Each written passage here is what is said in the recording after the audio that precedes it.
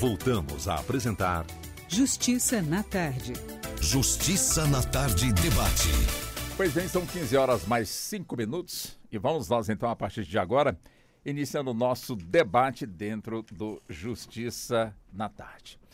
Pois bem, o que tem chamado muita atenção aqui no nosso país são os feminicídios, ou seja, a violência doméstica, os casos de assassinato, não só feminicídio, infelizmente, tem sido numa proporção realmente que chama muito aí a atenção, como também temos aí outras modalidades de crimes.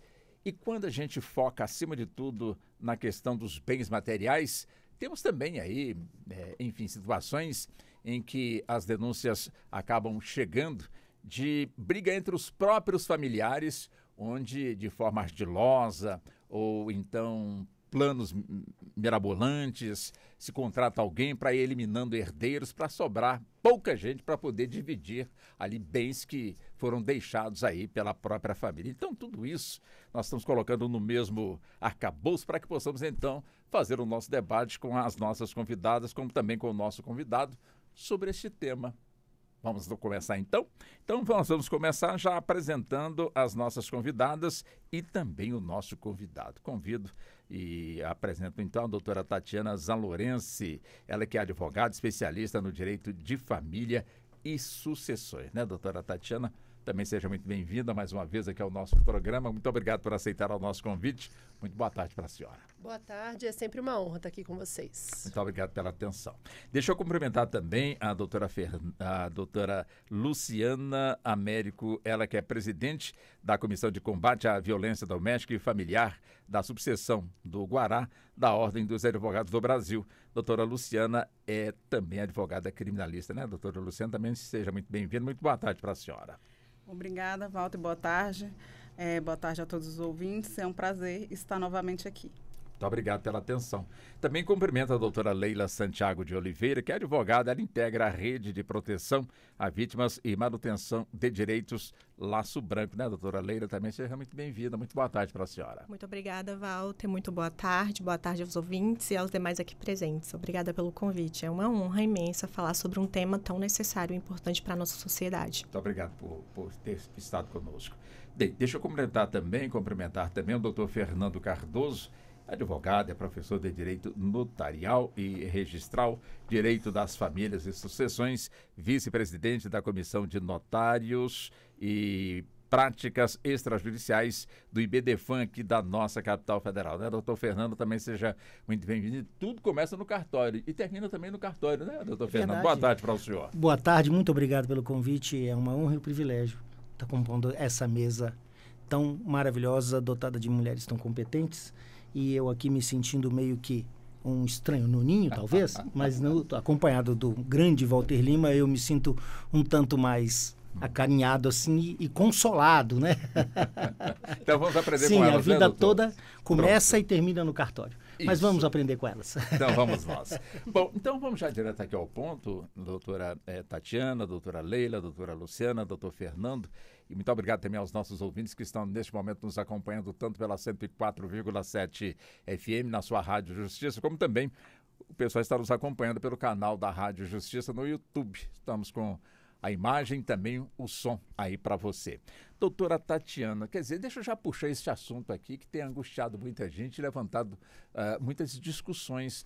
Os feminicídios estão aí acontecendo em que a violência doméstica, infelizmente, descamba também aí para essa situação. Aí fica aquela situação, bom, os parentes ali, de certa forma, evidentemente que inconsoláveis, sepultando a pessoa que foi embora, que faleceu, e o outro lado, de alguma forma, querendo justiça, e que a justiça seja feita sobre aquele que cometeu, portanto, aí esse desatino, cometeu, portanto, esse crime covarde. No meio, portanto, os bens do casal. A pessoa que faleceu, a pessoa que está presa. Quando tem filhos e quando não tem filhos. Quando tem filhos, normalmente a gente imagina como é feito, portanto, a destinação. Mas a grande questão é a seguinte: quem matou tem direito de ficar com a sua parte dos bens? Então, eu estava até conversando sobre isso com o doutor Fernando mais cedo, né? Que tem a questão da indignidade. Que a indignidade é o que torna a pessoa deixar de ser herdeiro, né? A pessoa é indigna, então ela deixa de ser herdeiro. Mas, para que tenha uma indignidade, precisa ter um processo judicial, né? De algum crime contra a honra, no caso. Crime contra a honra? Exatamente. Tá voltando esse assunto de novo, exatamente. Então, não vai ter perdido, matar, tirar a vida do outro e não o tornaria indigno. Mas um crime contra a honra, sim. Eu não entendi ainda. Não? Eu vou forçar até eu entender. Né? Então tá, tivemos, portanto, o feminicídio, quer dizer, não tem dignidade nesse feminicídio. Porque no nosso ordenamento atualmente, segue o rito da herança... Normal. Normal. Ou seja, quem está lá preso espera ser comunicado que a sua partida vai ser tem que essa. ver o regime de bens, né? Se foi casado, se teve uma união estável, qual foi o regime de bens, tem que analisar isso tudo. Certo. Porque em muitos casos nem teve união estável e nem casamento. Então, né? Tem que se comprovar isso para depois ser herdeiro ou ser meieiro, dependendo do caso. Atualmente, é isso que acontece. Doutor Fernando, o senhor no cartório ali, quer dizer, esse tipo de assunto chega no cartório? Olha, pode chegar, mas em princípio não. Porque no cartório nós tratamos de situações que são mais conciliatórias, né? No sentido de decisões consensuais. Mas essa questão da repercussão patrimonial em relação à violência perpetrada atinge herdeiros, né?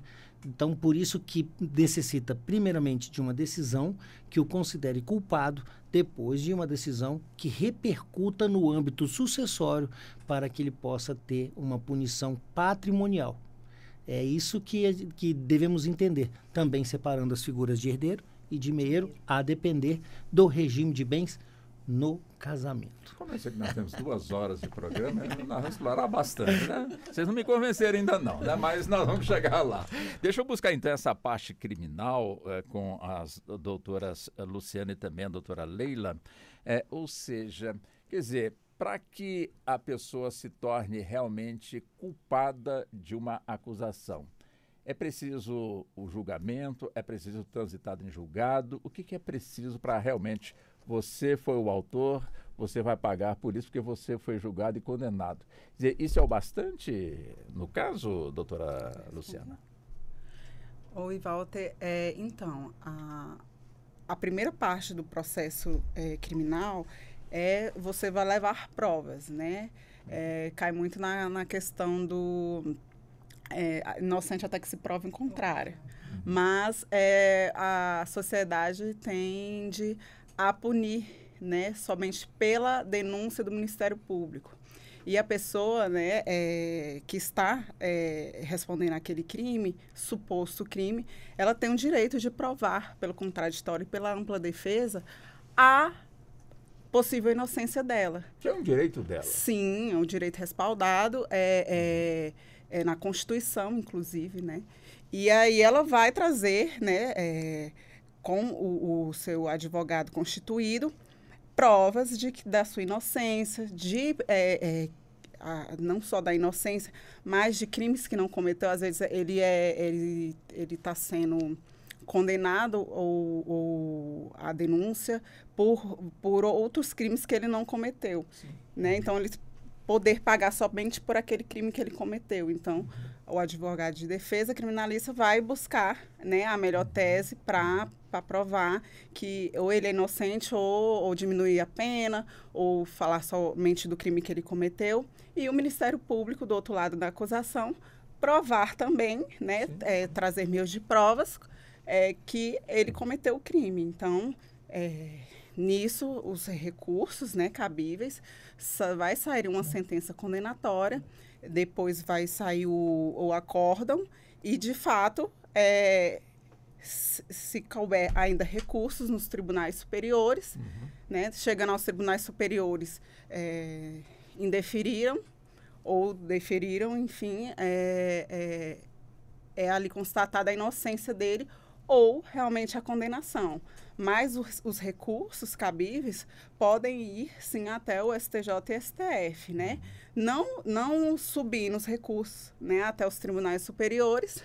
Fica ali, na segunda instância, a condenação e ele cumprir pena ou a absolvição de ele ser absorvido ali na sentença, enfim, se o Ministério Público não recorrer ou a defesa.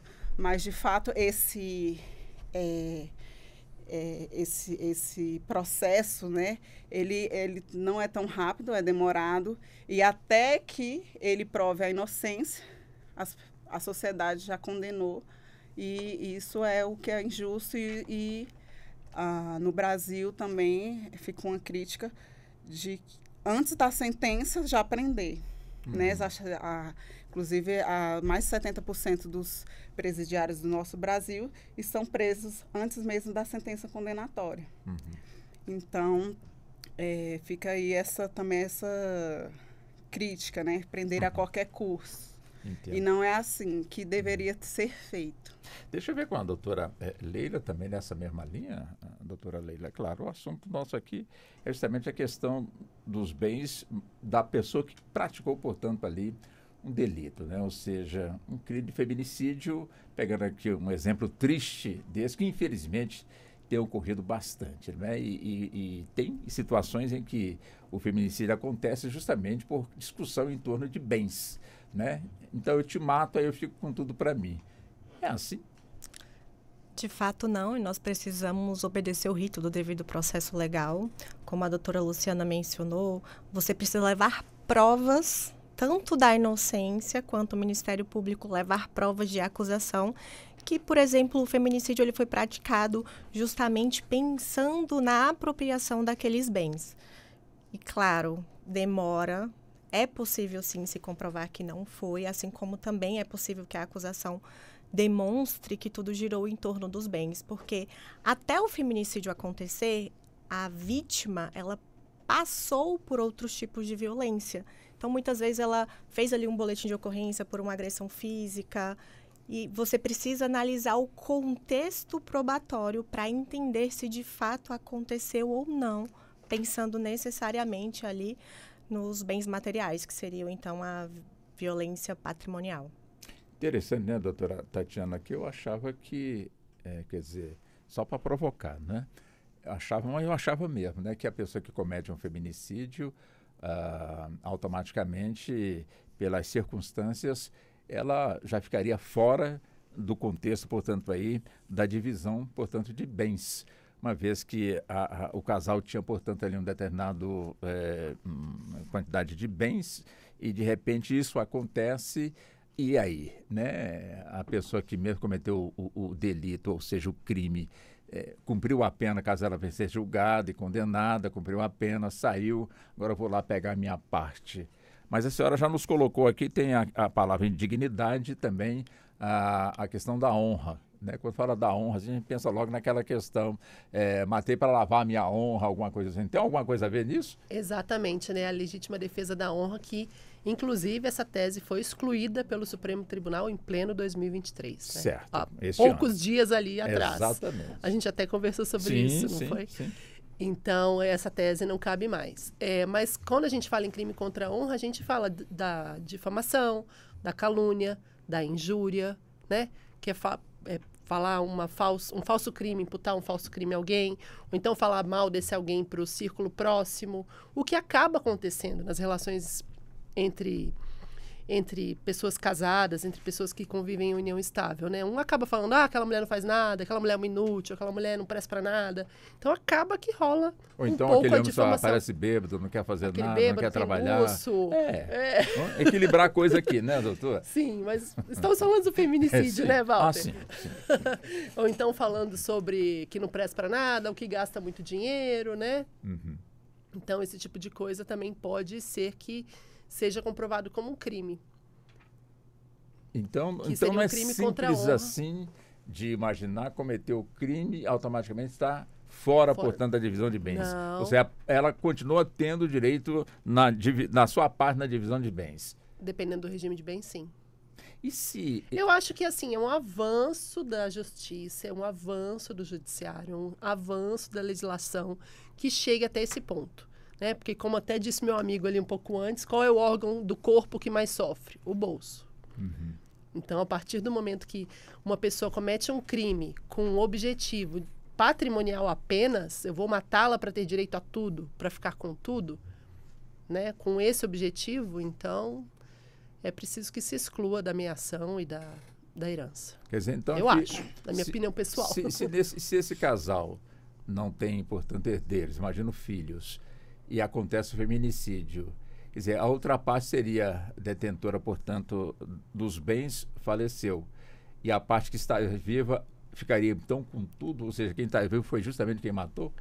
Tem os herdeiros necessários, né? O cônjuge, ascendente, descendente. Então, Sim, se mas- ainda tiver pais, pode ser que entre ali também na divisão da herança.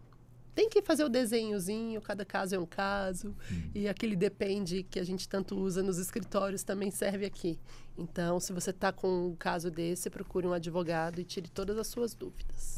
Nós estamos tentando aqui, viu, Sim. doutora? Mas nós vamos chegar lá, né? Agora, doutor Fernando, cartório, né? Divisão, portanto, de bens. Quer dizer, essa questão da violência, o cartório não entra, porque, na realidade, que o cartório, de alguma forma, numa separação de bens, onde não tem crime, de alguma forma, ali circulando, ou que circulou, portanto, é tranquilo ali, o pessoal quer separar, chega, vamos então dividir aqui, você fica com o seu, eu fico com o meu, é mais ou menos assim.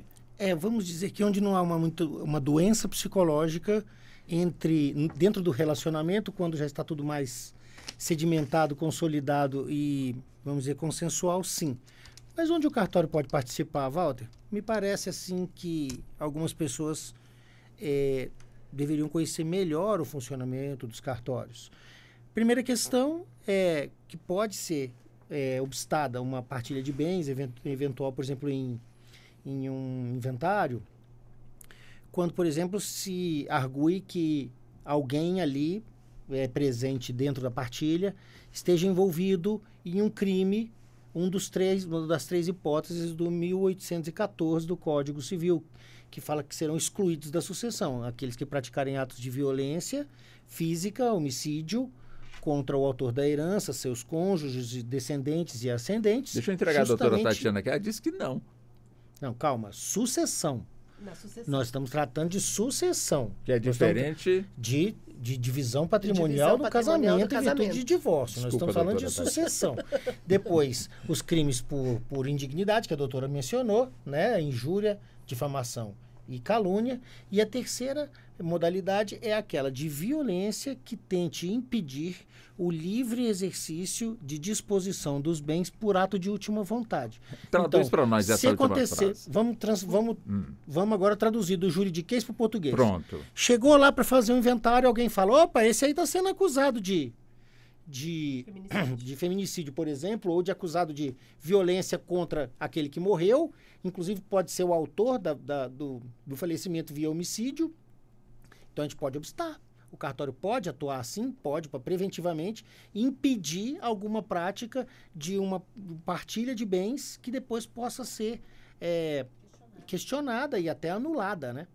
Também, como o cartório pode participar, por exemplo, de uma violência, não participar da violência doméstica, mas participar de uma instrução.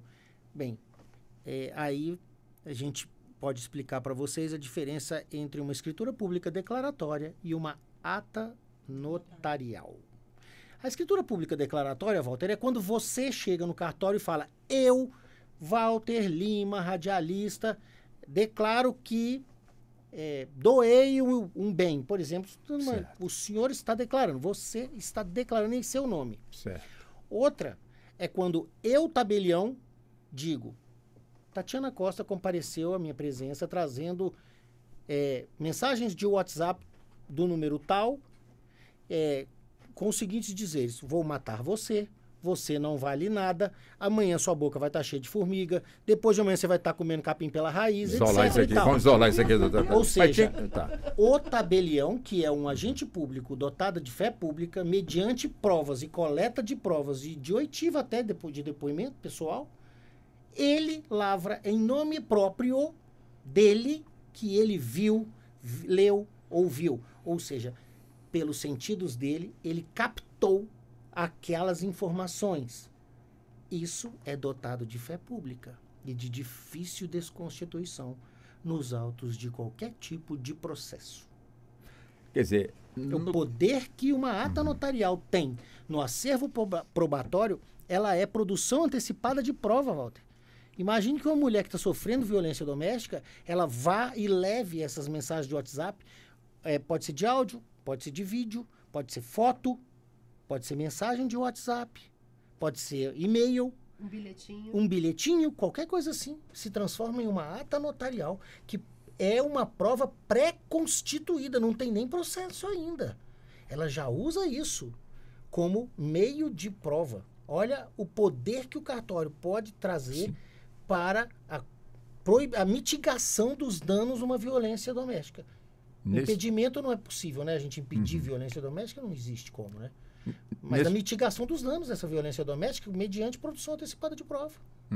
Nesse caso, doutora Leila, quer dizer, como muito bem pontuou o doutor Fernando, quer dizer, a delegacia também, quando a pessoa lá chega e registra o seu BO, o seu boletim, automaticamente ele fica ali assentado e caso haja realmente aí um crime maior, automaticamente esse histórico, de alguma forma, ele vai compor também um inquérito, alguma coisa assim? Sim, esse boletim de ocorrência, ele vira um inquérito policial. Muitas vezes o crime precisa de provocação da vítima, outras quando o crime é de ação pública incondicionada à representação, o próprio Ministério Público dá seguimento, então, nesse boletim de ocorrência, nesse inquérito policial, ele se transforma em uma ação penal.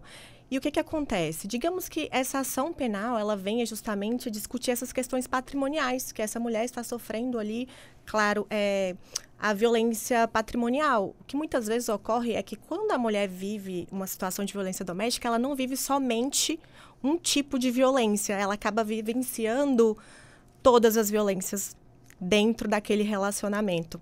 Então, o que ocorre? O próprio juiz, ele tem ali o poder de fazer, por exemplo, a partilha de bens, uma vez que aconteça ou não o feminicídio, que é o que nós estamos aqui questionando, se ocorrer, aquela questão ela já poderia, claro, estar resolvida no momento anterior, uma vez que o juiz da vara de violência doméstica, ele tem esse poder decisório, claro, com base nas provas que são levadas ao processo de decidir sobre guarda, sobre partilha de bens, sobre alimentos, sobre afastamento do lar.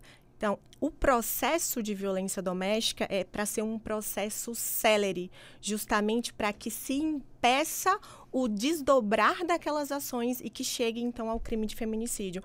O que ocorre é que, muitas vezes, a mulher, ela não faz esse boletim de ocorrência, ela não busca as medidas protetivas, não consegue pedir o afastamento, porque ela acredita que ela não teria para onde ir naquele momento, então ela se sujeita às situações do cônjuge ou do companheiro, né, daquele agressor, e muitas vezes, mesmo ela passando por todos os tipos de violência doméstica, acontece então o feminicídio, porque ela não teve força, ela não teve psicológico, ela não teve coragem de pedir uma ajuda, seja para o Estado, seja para os familiares, seja para os amigos, justamente por conta eu acredito muito por conta dessa fraqueza psicológica que ela se vê presa dentro de um ciclo vicioso, onde ela não consegue sair de forma fácil. Agora, doutora Luciana, temos casos, né, de pessoas que sofrem a violência doméstica, registram, portanto, aí a ocorrência, mas depois se arrepende e tenta, de alguma forma, cancelar, vamos colocar assim, aquele registro. Só que com a Lei Maria da Penha isso não cabe mais, né? Então, Walter, eu advogo alguns casos que acontece exatamente isso. E a explicação que eu dou, né, para as vítimas é o seguinte: o processo está correndo, né?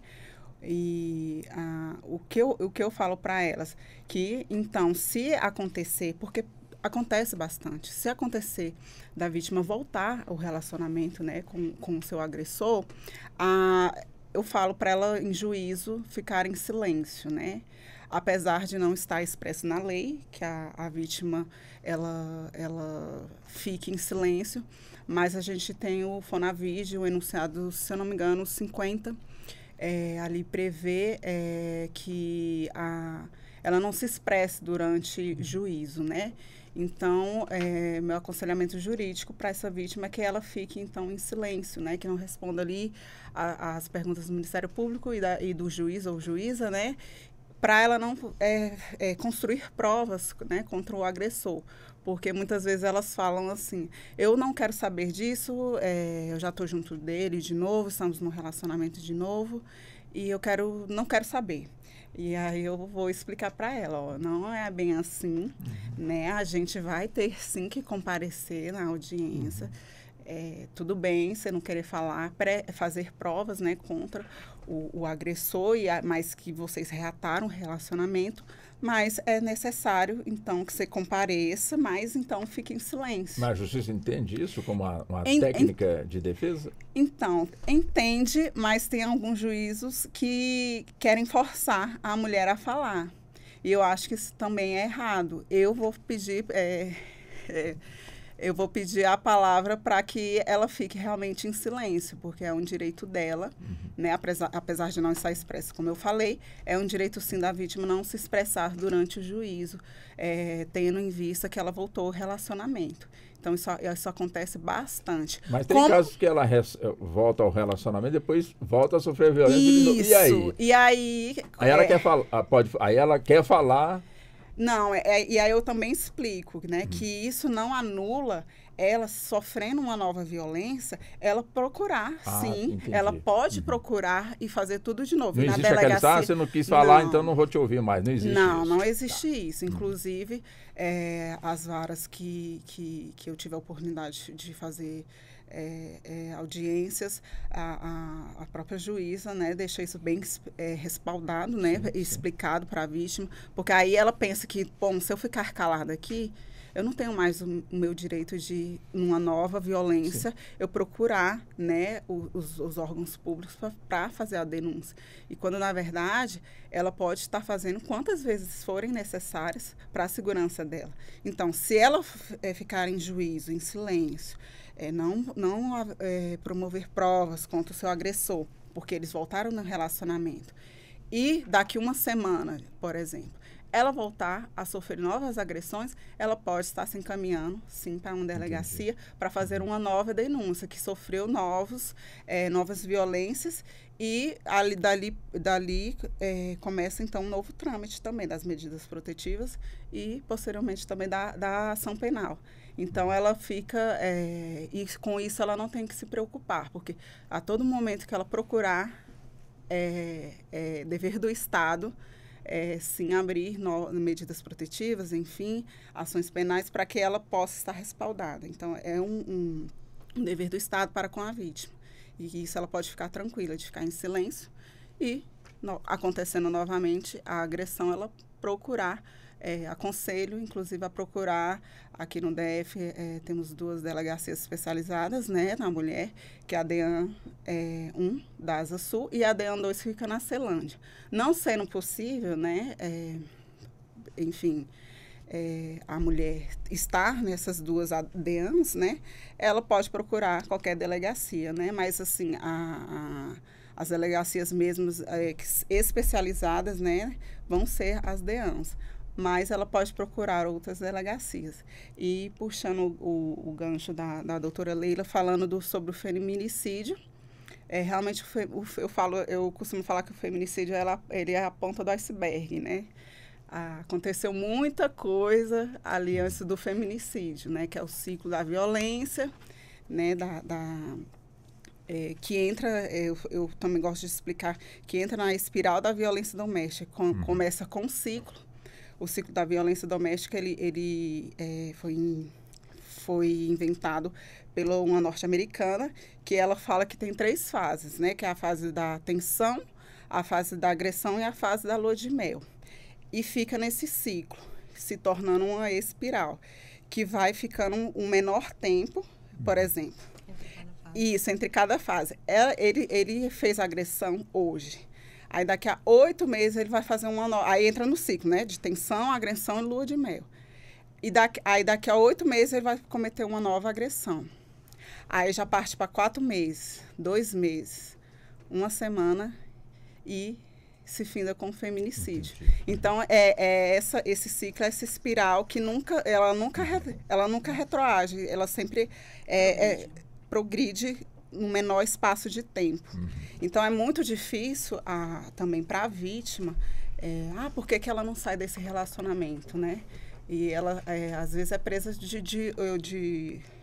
por outras violências, né? Porque a violência doméstica não só são aquelas alencadas, aquelas formas alencadas na Lei Maria da Penha, né? São aquelas dentre outras, mas aquelas são as principais. Perfeito. E aí é errado falar que só são aquelas, né? Existem outros tipos de violência. Doutora Tatiana, conta para nós, o que caracteriza violência patrimonial? Qual é a característica? Então, a gente acha que quando a gente fala em violência patrimonial, são só aquelas famílias muito ricas. Sim. Né? Nossa, Ana Hickman, aqueles milhões e milhões, Larissa Manoela, aqueles milhões e milhões, Nayara Azevedo, aqueles milhões e milhões. Não, nada disso. Porque, assim, o que a gente considera patrimônio? O que tem também o valor sentimental. Né? Que a gente não pode colocar assim, essa xícara aqui. Essa xícara eu ganhei da minha avó. E ela morreu há 20 anos. Eu só tenho essa lembrança da minha avó. Aí o meu marido vai, com muita raiva de mim, sabe que eu tenho um apreço muito grande por aquela xícara e quebra aquela xícara. Então, aquilo lá, a violência que ele está querendo colocar no meu corpo, ele está colocando naquela xícara. Entendi. Porque toda aquela expectativa, todo aquele apreço, todo aquele sentimento que eu tenho pela minha avó, estava materializado ali naquela xícara. Então, a gente pode caracterizar a violência patrimonial, não importa o valor do bem. Pode ser uma carta que você ganhou do seu pai, ou então uma carta que você ganhou do seu filho, uma faixa de judô que o seu filho trocou a primeira vez, ele vai lá e taca fogo. Isso também é violência patrimonial. E a gente tem que pensar, Walter, que é como as doutoras falaram, assim, a violência ela é gradativa, e a gente tem dados que demoram 7 anos para uma vítima fazer uma denúncia. 7 anos. E aguenta calada? Aguenta calada. E é aquilo, né, dos intervalos ficarem cada vez menores entre uma violência e outra, e a violência ficar cada vez maior, né? O que antigamente era um empurrão, agora virou uma facada, né? Virou uma cabeçada, virou fechar o cotovelo na porta. Então, vários são os exemplos, bem como desde quebrar a xícara até abrir empresa com outro nome, com os ganhos da mulher, né? Roubar mesmo o que ela tem ganho de salário, fazer falcatrua com dinheiro alheio. Então, a gente consegue ver várias coisas. Tá, agora quando... Porque quando as pessoas são casadas, elas depositam muita confiança no outro, né? E aí a gente vê no caso, por exemplo, essa parte dos ganhos e de fazer a gestão mesmo do patrimônio da família. Geralmente, em muitos casos, quem faz essa gestão é o homem. E muitas vezes a mulher não sabe nem a senha do banco, não sabe nem que dia que a conta vence, não está muito ligada nessas coisas, assim. E quando eu falo que as mulheres precisam se empoderar, é nisso, elas precisam tomar as rédeas da vida. Se ela está morando numa casa, ela precisa saber o que está acontecendo naquela casa, né? Se ela tem uma empresa, ela precisa saber o que está acontecendo naquela empresa. A gente precisa... mas eu tenho meu marido para fazer isso para mim. Sim, tem, mas vá você lá colocar, não é? Não tem aquele ditado que é o olho do dono que engorda o gado? Tem esse ditado mesmo. E confiar muito no outro não dá. A gente tem que confiar mais na gente mesmo. Lembrando também, Walter, que Pois não, Fernando. a Lei Maria da Penha, ela não criou crimes. Ela permitiu, ela mudou a perspectiva de análise e interpretação de crimes que já haviam sob a perspectiva da violência contra a mulher. Certo. Então, hoje nós temos como violência patrimonial, nós podemos falar que tem a subtração, a destruição e também a retenção, né? Que pode ser, aí se confundem, pode ser furto, pode ser roubo, pode ser apropriação indébita, pode ser destruição de documento público, muitos misturando. Mas a perspectiva de análise e interpretação dos fatos e a sua verificação junto ao Código Penal é que mudou essa perspectiva. Então é muito importante que a mulher perceba também que muitas das vezes quando alguém obtém valores que ela quando ela obteve valores a título do seu trabalho, Sim. e esses valores são subtraídos, são retirados dela para uso com algo que ela não concorde, por exemplo, infelizmente há usuários de drogas que fazem isso. Isso é violência patrimonial. Entendeu? A destruição de uma carta que foi recebida. Ou, por exemplo, de uma convocação para um concurso público. entrevista de emprego que estava aguardando uma comunicação por um telegrama, por exemplo, que hoje parece que está cada vez mais em desuso pelos correios. Mas é possível a gente tipificar. É uma violência.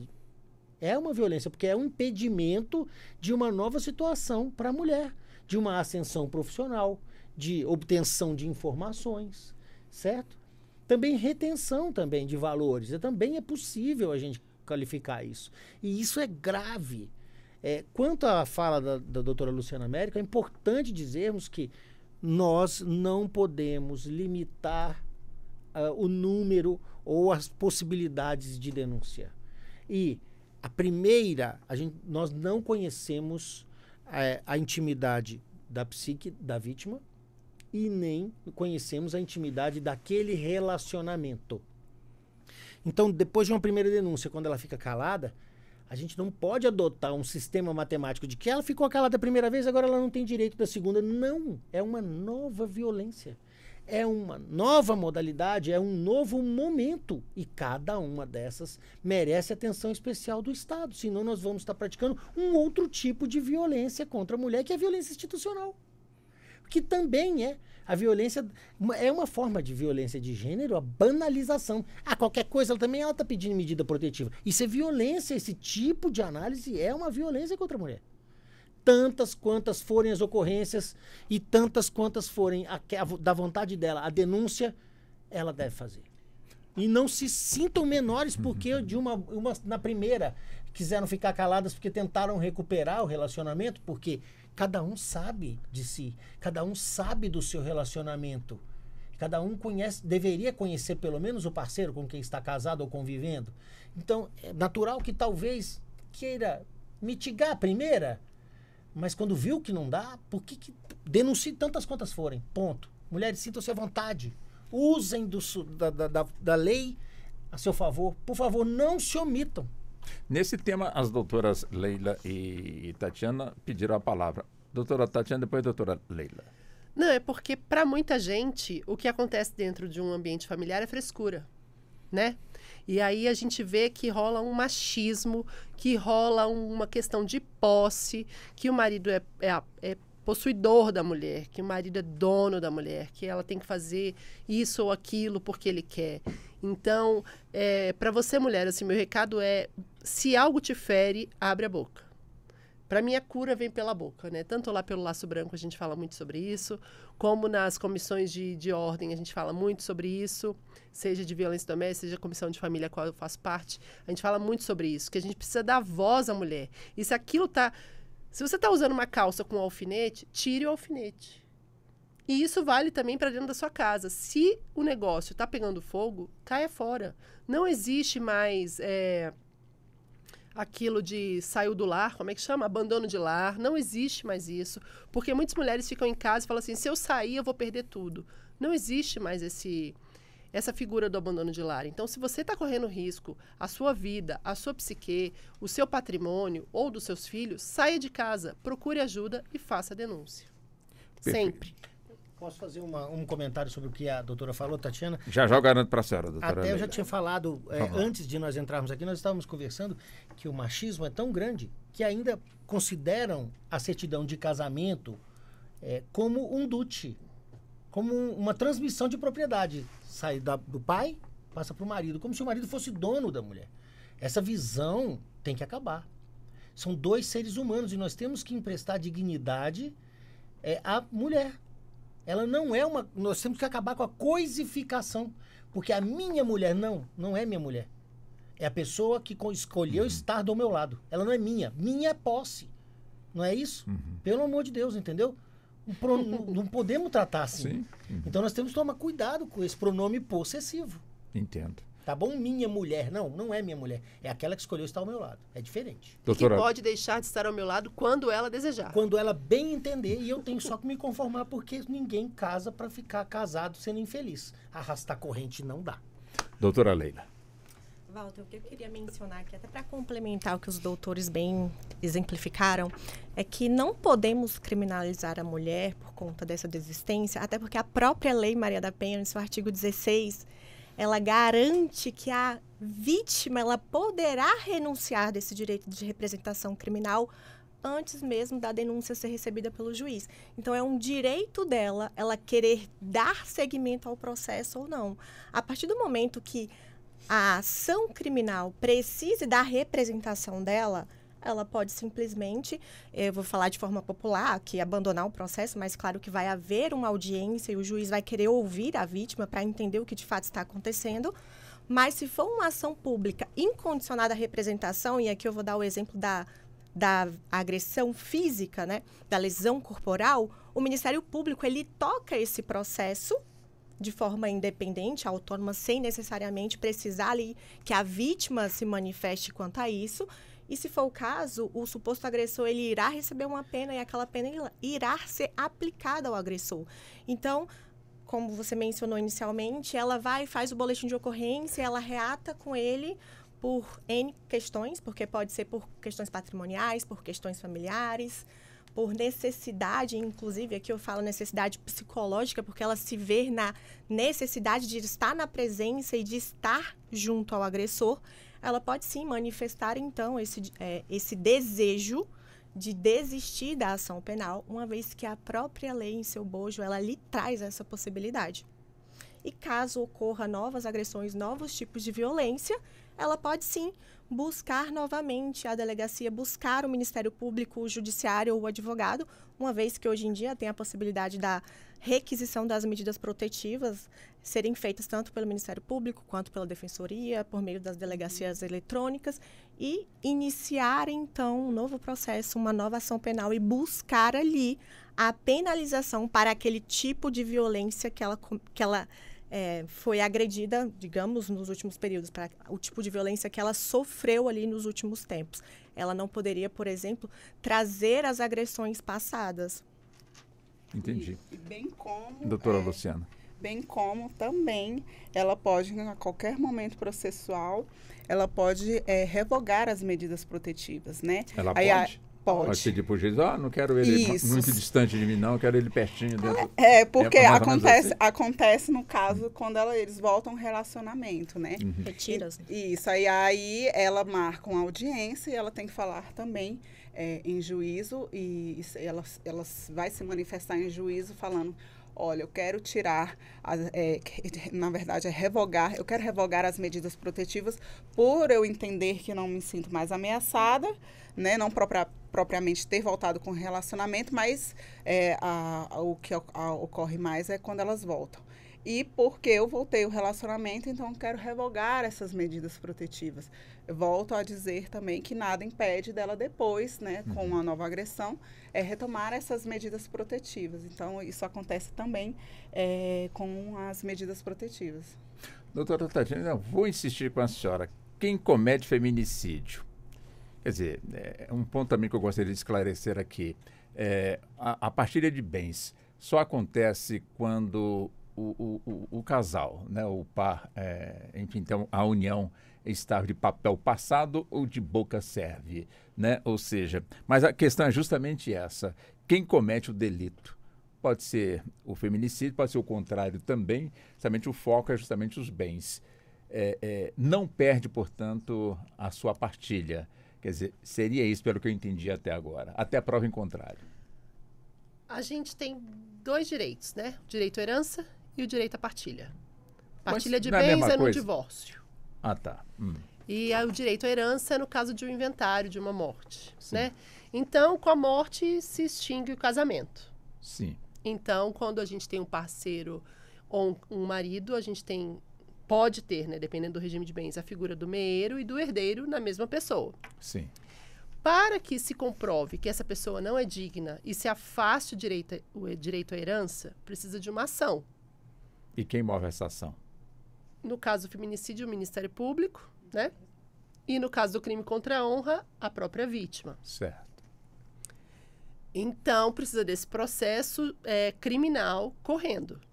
Tendo a pessoa sendo culpada, pode sim se afastar o direito da herança. Mas aí precisa primeiro do processo criminal ter sido concluído.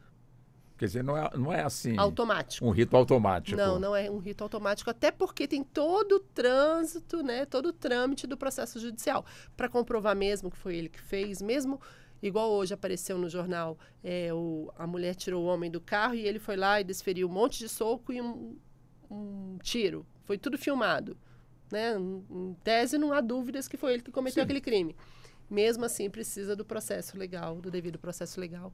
E que ele vai ter ampla defesa, ele vai ter o contraditório, então, todo aquele rito mesmo. Quer dizer, do judiciário. A pessoa, então, vamos supor, está respondendo pelo delito, foi filmado tudo, ela está aguardando, portanto, o transitado em julgado, ou seja, finalizar, portanto, aí o processo. Quer dizer, tem bens aí para serem partilhados, mas uma parte faleceu e ele, a rigor, então, seria o dono de tudo isso.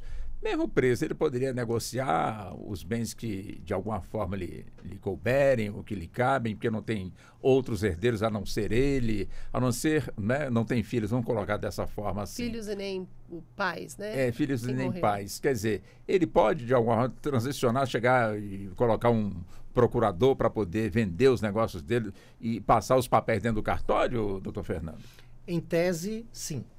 Mas não é injusto, não, doutor. Deixa eu botar a minha indignidade, a minha indignação, aliás. Não é realmente um ato violento, ou seja, a pessoa faz tudo isso e de repente ainda fica ali dono de todo o patrimônio, doutor Fernando. Eu conversava com a doutora Tatiana antes de entrarmos aqui. Eu e a doutora Tatiana, Luciana, nos conhecemos há muito tempo e a gente fica conversando aqui. A gente conversa muito, né? Sim. A gente se faz conhece antes. A gente faz um esquenta da entrevista. Esquenta ali. Conversando muito. Nós precisamos de alterações na legislação para verificarmos uma penalização patrimonial nesses casos. Por enquanto, elas não existem em relação ao divórcio em si. Isso porque, Walter, vamos explicar. Vamos lá. Quando você tem partilha de bens em divórcio, partilha de bens, nós estamos considerando meação. Certo. Por que meação? Porque uma parte já é de um e a outra parte é do outro. Você não pode perder o que já é seu. O que já é seu. Entendeu? Isso seria expropriação. Isso seria uma forma de consequência patrimonial de um crime. O que nós vamos discutir é a meação do outro, dependendo do regime de bens. Para quem irá essa meação? E aí, essa outra meação não necessariamente será dele. Porque nós estamos tratando de divórcio, partilha de bens em divórcio, a depender do regime de bens, certo? Nós não estamos tratando da sucessão. Entendi. Tá? Então, no divórcio é uma partilha. Por exemplo, se ela morreu e ela tem bens da partilha no divórcio, depois será aberta a sucessão em relação a essa partilha. E sim, ele, autor do feminicídio, pode sim obter esses valores enquanto não tiver o trânsito e julgado da sentença penal condenatória do crime de e a aplicação do artigo 1815-A, que foi criado esse ano pela 14.661, que diz que depois do trânsito e julgado já é automático. Aí já não tem que ter a segunda decisão de que, aplicando-se a condenação, então a repercussão é aqui. Não. Transitou em julgado, aplica-se automaticamente, em caso de feminicídio. Aí ele está excluído da sucessão dela, que aí ele não está obtendo vantagem, né? Sim, ele fica com a parte dele. Fica com a parte dele, porque já lhe pertence a ele, entende? Entendi. É meação. Agora, da meação dela, não, porque senão a gente estaria... ninguém pode obter proveito da própria torpeza. Isso é um ditado, um brocado jurídico de 4.000 anos atrás, né? Já em Roma se dizia, ninguém pode fazer uso em próprio benefício de sua torpeza. Ou seja, você pratica um crime e depois obtém como recompensa desse crime ainda a meação via herança. Não. Por isso que o 1814 está lá, o 1815 e o 1815-A também. Então, formas de exclusão da sucessão. Exclusão mas de herdeiros. Da sucessão, diferente da partilha de bens no divórcio. Nós vamos conversar, temos mais uma hora ainda para a gente chegar lá, né? Temos mais uma hora. Agora, doutora Leila, existe a figura, né, de um casal, já tivemos casos aí que não foram poucos, e isso é descoberto, termina sendo julgado, condenações acontecem. de um mandar matar o outro, ou de uma mandar matar o outro, a outra mandar matar um, justamente para que os bens lhe fiquem, inclusive a parte de quem morreu, sobre a sua guarda, a sua posse, né? Ou seja, nessa partilha de bens. Quer dizer, pelo que eu estou entendendo ali do doutor Fernando, neste caso, uma vez ficando comprovado que houve a figura do mandante, automaticamente a parte de quem faleceu não vai ficar com o autor do crime. Exatamente. E o poder, digamos, que esse mandante teria sobre os bens, ele fica suspenso durante o decorrer do processo.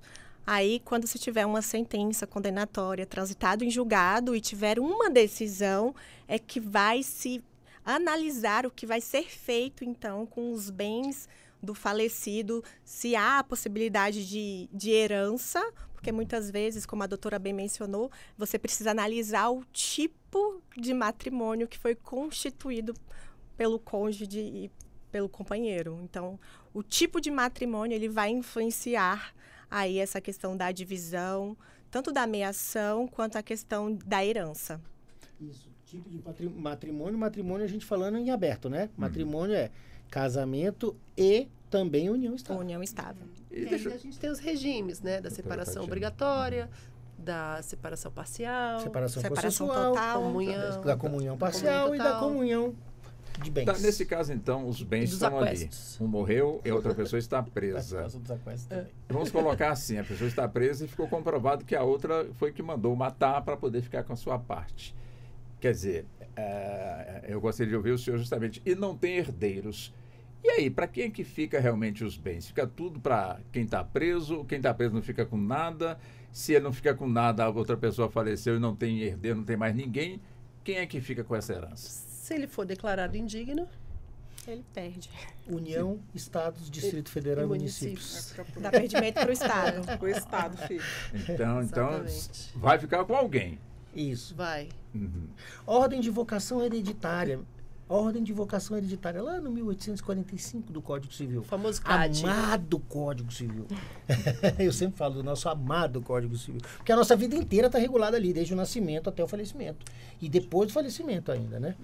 Então tem o póstumo ainda, que é a sucessão daquele que nos deixou, né? Então ali está dizendo, são herdeiros necessários. A ordem de vocação hereditária é descendentes, traduzindo, filhos, ascendentes, Pai e mãe. filhos, avós, filhos Avós, e netos, bisavós. ascendentes, pais, avós, bisavós e assim vai. Então, para baixo, descendente, porque é para baixo. Filhos, netos, bisnetos, para cima, ascendentes, avós, pais, avós, bisavós. Depois, cônjuge, aí entendido Cônjuge também ou o companheiro. Aí também entende companheiro. Não era. Até o julgamento do Supremo Tribunal Federal, Que quando o equiparou, julgando casamento inconstitucional o no artigo 1790, que tinha uma diferenciação. Tá? E tem o irmão ainda. E aí, são esses os herdeiros necessários. E ainda tem os colaterais, que não são necessários, mas em havendo eles obtêm a herança, que são irmãos, tios, primos, sobrinhos, tio-avô, e assim vai, até o 4º grau. O Estado tá meio lá no último. E se não tiver nenhum desses, vai para União, Estados e Distrito Federal. Nós temos muitos assuntos que ainda serão abordados aqui com as nossas convidadas, doutora Luciana, doutora Leila, doutora Tatiana, doutor Fernando. Vencemos aqui a primeira hora, portanto, do nosso debate. Peço licença para que possamos ir para o nosso intervalo, mas já nós vamos retornar e vamos avançar na segunda hora do Justiça na Tarde Debate. Até já. Você está ouvindo Justiça na Tarde.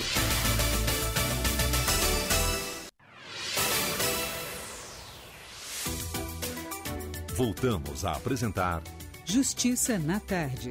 Justiça na Tarde Debate.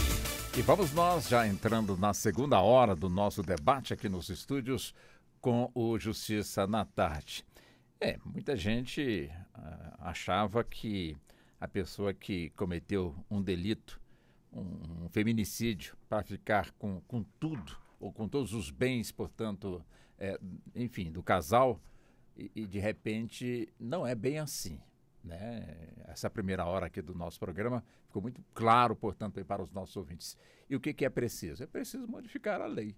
Simplesmente isso, porque muitas pessoas ficam indignadas e muitas achavam que a parte que cometeu, portanto, aí o crime, na maior covardia, justamente para poder ficar com a herança, de repente a parte da pessoa que matou está garantida. A princípio está garantida. E se brincar, até mesmo a parte que veio, portanto, a óbito, se brincar, aqui já foi dito que não fica, mas, enfim, vamos imaginar que haja ali uma brecha, portanto, na lei e a pessoa termina também ficando com a parte da pessoa que veio a óbito, que foi morta de forma, portanto, bem covarde. E nós temos aí outras ações que, de alguma forma, relacionam o crime, portanto, com o dinheiro, seguro, por exemplo, onde os seguros são feitos e, de repente, uns 3 meses depois, a pessoa morre, a outra vai lá, está no seguro, então, em que pese que o seguro já é bem, né, precavido nessa situação, já percebe se tem alguma coisa ali diferente para tomar, portanto, as devidas providências.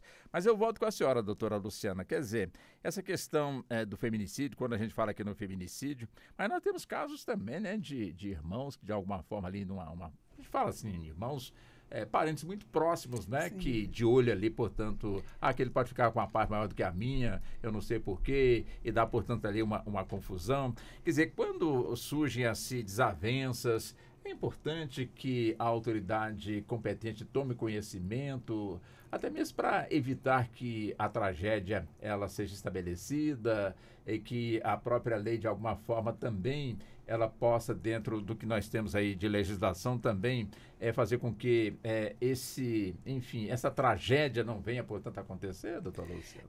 Sim, aí recai também muito no que já foi falado aqui, né? Se tratando do ciclo familiar, né? Se, por exemplo, um irmão mata ali a irmã por conta de algum seguro de vida, às vezes só são os dois, ou os pais já faleceram, já são falecidos, vai ter toda a investigação e tudo, se comprovada, né, que ele realmente, né, foi o que cometeu o delito de assassinato, realmente ele a seguradora, enfim, não vai repassar valores nenhum, né? Então tem que ser assim, digamos, muito perspicaz para achar que não vai chegar a ele, né? Vai ter toda uma investigação e vai ver se tem algum seguro de vida, o que poderia receber, o que não poderia. Enfim, né? Falando dessa questão das seguradoras e tudo mais. Falando da questão de violência, né? A maioria dos feminicídios, ele sim, cometido por pessoas próximas, né? Muitas vezes vão ser um ex-namorado, ex-marido, ex-companheiro, algum irmão, né, que dá alguma desavença muito grande familiar, um avô, um tio, sempre vai ser alguém, sempre não, me desculpe, mas assim, uns 85% dos casos vão ser pessoas próximas à vítima, né? No feminicídio, inclusive, fala-se dos casos de violência doméstica, misoginia, né? E aquela aversão à mulher, que realmente os casos são bem menores, né? Por exemplo, daqueles serial killers que matam pelo fato de serem mulheres, né? De ter do gênero feminino, de ter aversão à figura da mulher, né? Do gênero feminino. Então, vão ser casos menores, né? Bem menores. O grande número dos feminicídios vão ser nas questões realmente de violência doméstica. E também os números mostram que vai ser uma pessoa próxima, né? A vítima conhece a pessoa, que é um familiar, enfim, um ex-cônjuge, ex-namorado, e nesse sentido que ocorre os feminicídios. Entendo. Agora, doutora Leida, e os filhos? Né? Principalmente menores, quando no feminicídio o pai vai preso, infelizmente a mãe foi assassinada e tem, portanto, aí as crianças e tem bens da família. Como é que fica a questão das crianças, né? Ainda são crianças, evidentemente, que têm parentes que, de alguma forma, estão ali perto. Mas, na lei, na ponta, portanto, da lei, como é que fica a situação dos bens? Eles são preservados? De alguma forma, as crianças, de alguma forma, elas têm esses bens protegidos? E quem foi, de alguma forma, determinado para cuidar tem que, de fato, prestar conta posteriormente? Como é que é isso? Exatamente. No caso, as crianças teriam um tutor. Muitas vezes acontece de ser os avós maternos ou os avós paternos. E espera-se que nesse momento aí não haja briga, porque eu já atuei em um caso onde os avós paternos ingressaram com ação contra os avós maternos justamente para ser detentores da guarda dos menores, para poder manusear ali os valores que eles fariam jus. E é uma briga difícil, no caso, né? Porque acaba entrando na seara da vara de família, mas, de fato, esse tutor ele precisa comprovar com que ele está usando aqueles valores, uma vez que a mãe, de fato, ela veio a óbito por conta do genitor. Você, periodicamente, tem que demonstrar contas para falar se você está utilizando, de fato, aqueles valores em detrimento do bem daquelas crianças. Você está pagando escola, plano de saúde, se eles estão, de fato, sendo bem cuidados. Porque, havendo alguma inconsistência, pode-se, então, haver a troca daquele tutor. Vamos entrar nesse assunto, doutora Tatiana, também? Ou seja, a mesma questão, né? Tem ali as crianças, vamos colocar assim, o pai está preso, a mãe, infelizmente, foi assassinada. E aí, esses bens, né? Quer dizer, cada agulha que se mexer no patrimônio, a conta tem que ser prestada?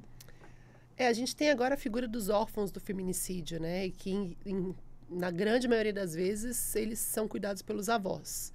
Que eu também atribuo, assim, uma grande perda, né? Quem é mãe ou pai que perdeu a filha por conta de um genro que não soube perder, né? É muito triste a situação. Não é que cada palito movido tenha que ser comprovado, mas, assim, de tempos em tempos, caso haja indícios de fraude, indícios de mau uso do gasto do dinheiro, pode ter uma ação de prestação de contas. Sim. E aí, nessa ação de prestação de contas, tem que colocar os recibos, colocar toda aquela planilha dos gastos mensais das crianças e tudo, para ver onde comprovadamente foram gastos. É como se fosse uma prestação de contas numa ação de alimentos. Uhum. Então, funciona... E se o caixa não fechar? Então quem foi prejudicado depois pode pedir o ressarcimento, né? Mas muitas vezes são crianças que estão sendo cuidadas por pessoas, e aí cabe o advogado e cabe alguém da família também se pronunciar e tomar as rédeas disso para tentar minimizar a perda, né? Que a criança já perdeu a mãe, o pai já está preso, e aí já vai movimentar, já vai ter um outro estilo de vida, porque já não vai ter aquela renda, então é muito triste. Deixa eu ver com o doutor Fernando. O Ministério Público atua, né? Direito de incapaz. O próprio Ministério Público atua como curador de incapazes, curador de menores, então... Mas ele pode cobrar? Cadê aquele palito que estava aqui? Não só pode, como vai. Ele vai. Não só pode, como vai. Inclusive com o direito de contestar eventuais comprovantes juntados. Sim, e se a pessoa não conseguir comprovar, o que acontece com essa pessoa que... Ela é condenada a devolver esses tais valores. E se não devolver? Começa então o processo devido, né? O devido processo, de inclusive a execução dos valores, né? Para percepção dos valores, e também impossível ação de apropriação indébita, né? Dos bens particulares dessa pessoa. Mas tem caso da pessoa, enfim, dilapidar realmente este patrimônio e de repente não tem mais como devolver e fica por isso mesmo, ou tem, aí já é uma outra, essa questão pode evoluir para uma ação penal e essa pessoa pagar enfim, pelo crime que cometeu, de alguma forma a lei ali lhe sendo aplicada? Possível é. Mas nem sempre acontece. Nem sempre acontece e muitas das vezes a repercussão penal nem é tão interessante, porque a questão é de reconstituição do patrimônio daquele que teve o bem dilapidado, teve seu acervo patrimonial dilapidado, né? Não necessariamente há interesse na persecução criminal, exatamente, porque eventual condenação, não trará a reconstituição patrimonial, né? O que eu acho que a gente pode pensar, por exemplo, perdão em já interromper vocês, Fica à vontade. Não, fica à vontade. em um caso de negligência, por exemplo, assim, o tutor deveria fazer algo pela criança e deixou de fazer, então ele foi omisso, por exemplo, em comprar um remédio e a criança ficou doente, então ele foi negligente naquele ato, então isso é um crime em relação ao menor, porque ele é o garante do menor, né? Isso que a gente está falando, quer dizer, pode ter sido abandono poderia material, ser mais pode ser rígida abandono material. essa parte poderia ser mais rígida, ou seja, você tem, portanto, aqui a responsabilidade de zelar, portanto, aqui desses bens. E já sabe o que pode lhe acontecer. Quer dizer, é possível, de alguma forma, termos leis mais contundentes, justamente para evitar que a criança que tem ali os seus bens, quando adquire os 18 anos, já não pode ter mais nada, porque já tudo foi embora, ou seja, já não tem mais nada, já foi tudo dilapidado. Quer dizer, e a criança fica no prejuízo, fica por isso mesmo? Não deveria ficar, mas acontece que cada caso é um caso.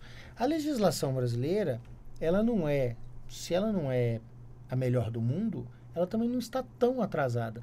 Claro que temos que fazer ajustes sempre, mas isso depende do poder constituído competente, que é o poder legislativo, certo? Enquanto não há uma sensibilidade do poder legislativo em relação às necessidades de apuração das normas, de depuração das normas, de melhoria das normas em relação ao tecido social, eles ficarão inertes. Enquanto não houver também a provocação, como, por exemplo, muitas das vezes nós do IBDFAN levamos projetos de lei, pedimos audiências públicas para defendermos essas questões. Amigos da Corte. A OAB também, nós atuamos como amigos curia, né? Também em certos casos, aqui mesmo no Supremo Tribunal Federal, certo? Nós provocamos, como entidade civil, nós também podemos atuar.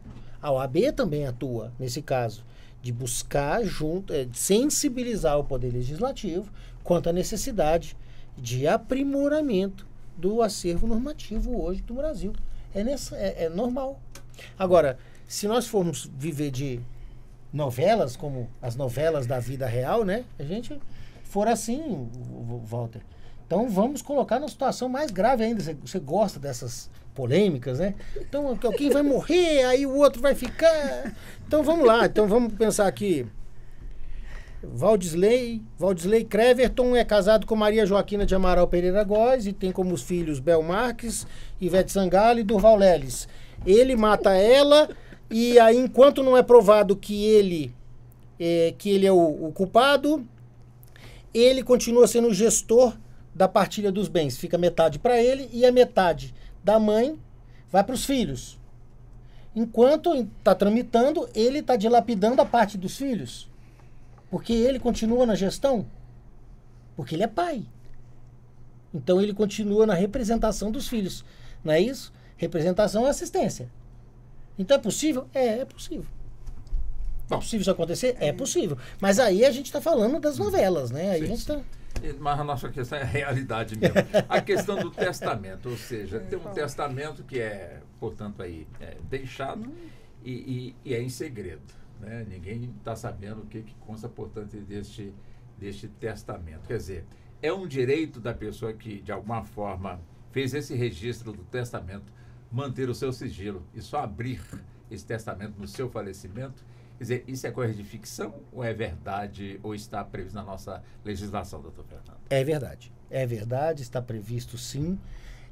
Os testamentos públicos que são realizados em cartório, eles não têm possibilidade de acesso, certo? Por exemplo, enquanto não houver o falecimento.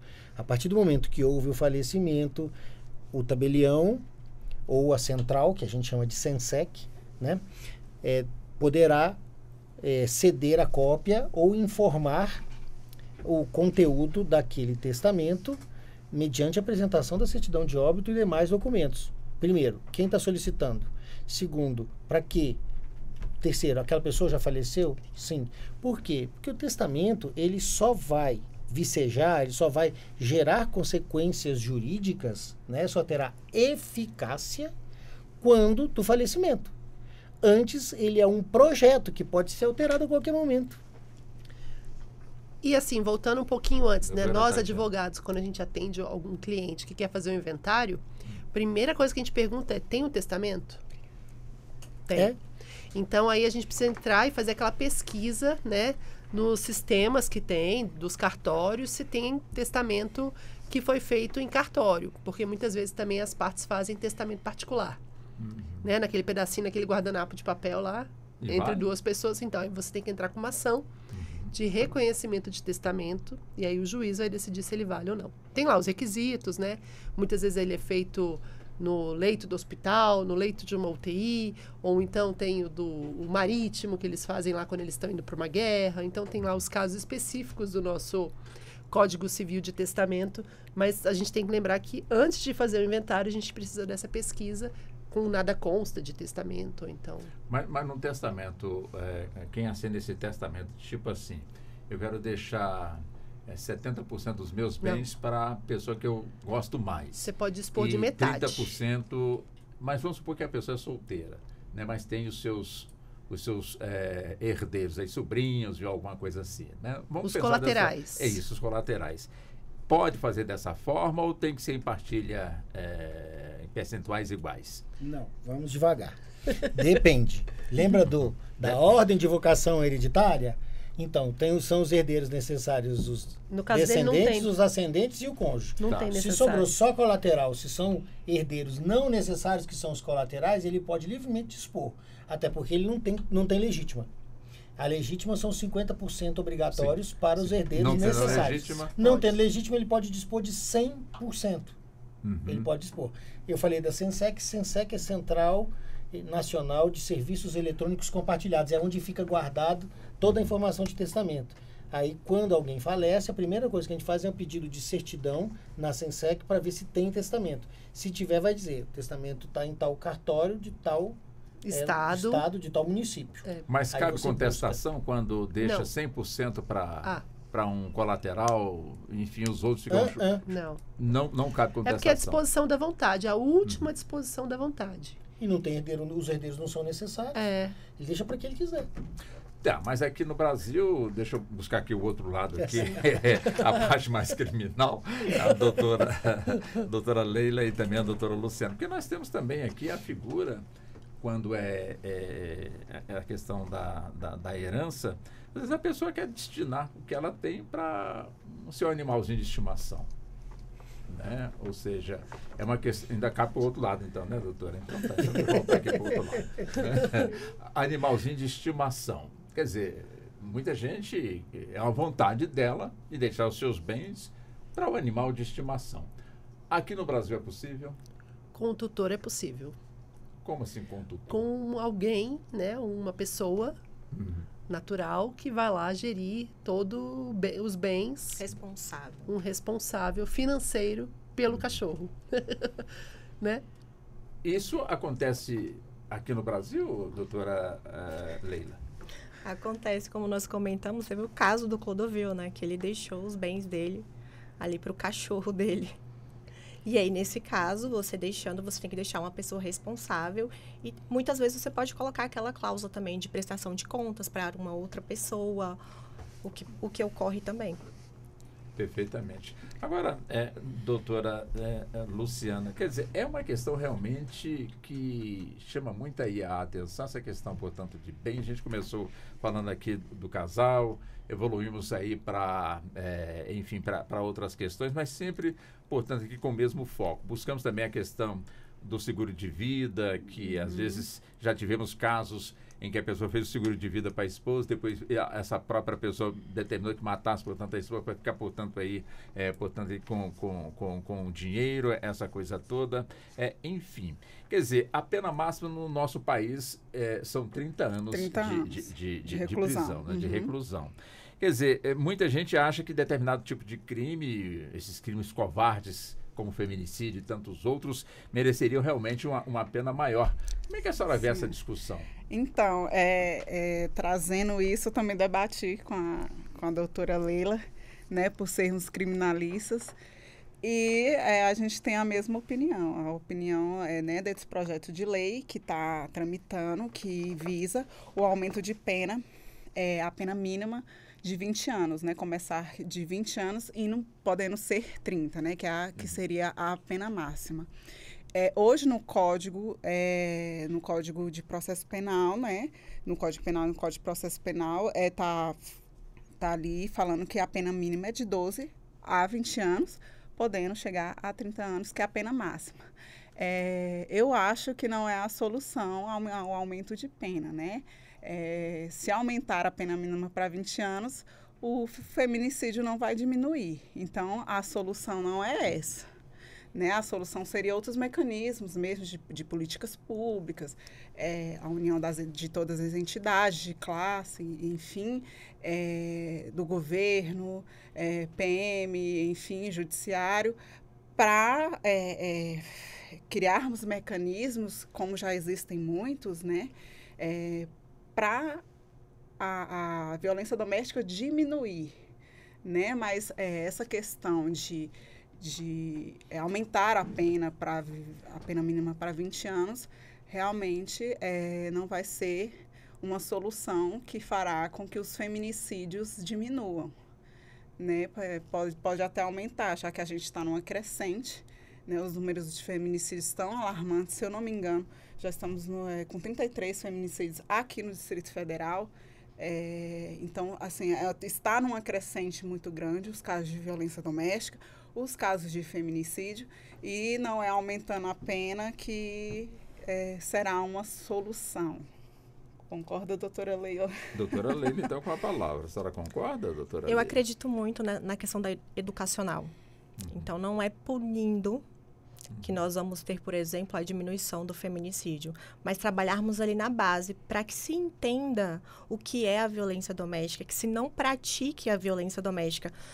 Porque fato hoje, muitas mulheres, inclusive, elas não têm conhecimento do tipo de violência doméstica que ela está sofrendo.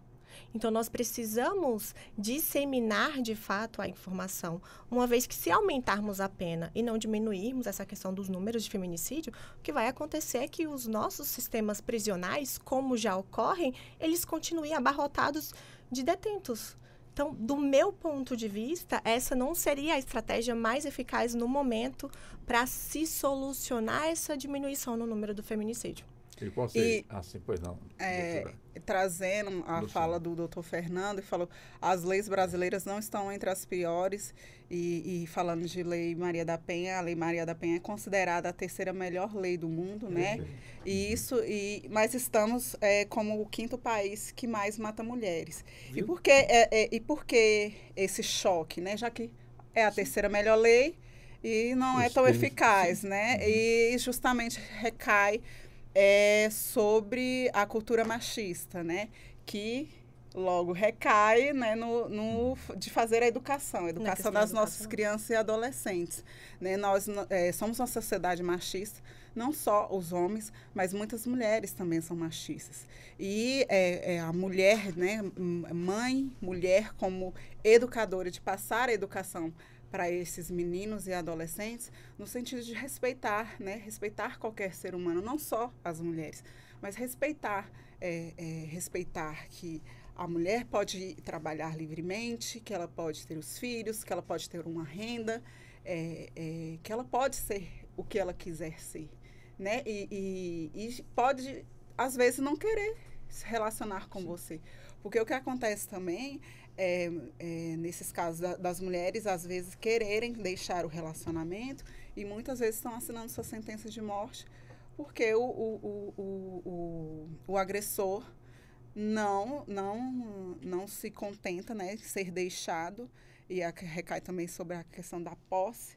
Essa mulher é minha, se ela não for minha, ela não é de mais ninguém. Então, não sendo de mais ninguém, eu vou lá e matar ela. E aí o feminicídio ocorre. Então, a mulher também entender, né, os homens terem esse entendimento que a mulher é livre para deixar o relacionamento quando bem entenderem, para se relacionar, às vezes, com outros homens, né, ou com outro homem, enfim, ou para ficar só, né, na sua solitude, mas não querer, de fato, mais estar naquele relacionamento com o agressor. E o que a gente está vendo é que o agressor não está respeitando isso. E aí, esses 3 primeiros meses de quando a mulher deixa o agressor, de fato, esses 3 primeiros meses que ela deixa ele são de muito sensibilidade, porque é nesses 3 primeiros meses que talvez ele vá fazer o feminicídio, né?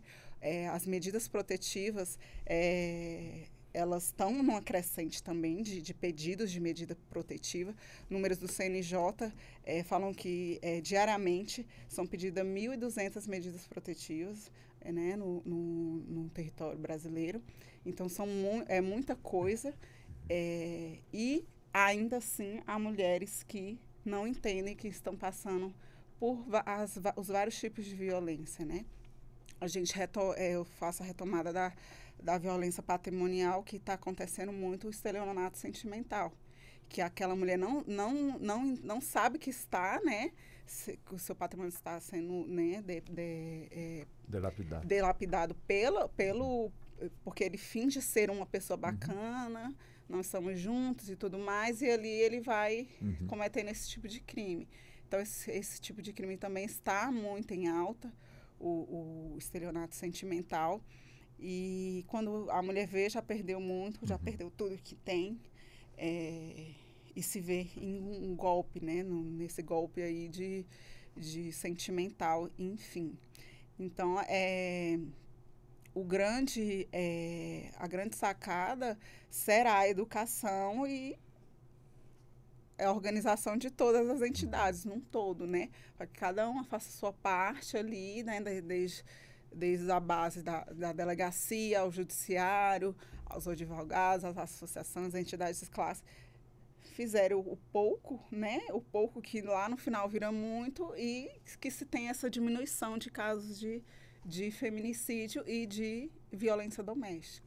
Agora, nessa mesma linha, doutora Leila, nós temos o Laço Branco, que o foco do Laço Branco é justamente trabalhar com o homem, né? Ou seja, fazer com que ele entenda realmente que nunca existiu, vamos colocar dessa forma, né? De que o homem é dono da mulher.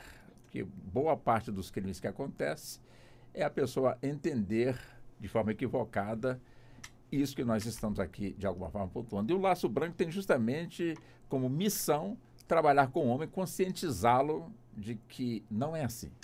Exatamente. É muito comum nós vermos, principalmente nas mídias, que se veiculam: mulher não se cale, mulher denuncie, mulher faça isso, mulher faça aquilo. O interessante do Laço Branco é que ela deixa de responsabilizar a mulher pela agressão, pelo tipo de violência que ela vem sofrendo ali dentro de casa, e ela vem a trazer a informação para o homem, entendendo que ele pode ou não se tornar um agressor. E ele traz justamente essa questão educacional que nós comentamos aqui, que nós entendemos ser necessárias. Porque muitas vezes o homem, sem instrução, ele está cometendo um ato que ele não entende ser classificado como violência doméstica. Por quê? Porque ele desconhece os tipos de violência doméstica.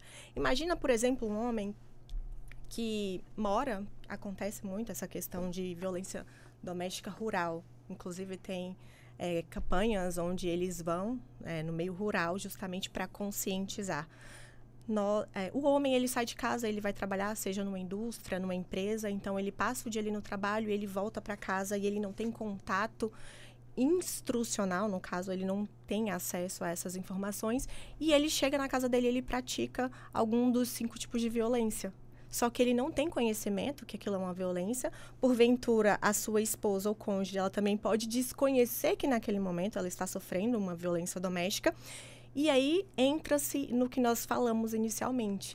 A mulher, a vítima, ela vivencia todos os tipos de violência doméstica no ambiente familiar, mas ela desconhece. Por quê? Porque ela vai falar assim: não, mas ele não me bateu. Inclusive, já aconteceu de estar conversando com colegas que têm curso superior, que têm instrução, que têm acesso à informação, e quando ela começa a relatar para você o nível de relacionamento que ela está tendo, você fala assim: fulana, mas você consegue identificar que você está vivendo um tipo de violência doméstica? Não, eu não estou, porque ele não me bateu. Então, nós precisamos, de fato, disseminar a informação para fazer com que as pessoas entendam os tipos de violência doméstica e que não existe somente a lesão corporal. E o laço branco, ela trabalha muito essa questão do trazer a informação para o homem, entendendo que o homem, ele pode, em algum momento, tornar-se o agressor de uma mulher.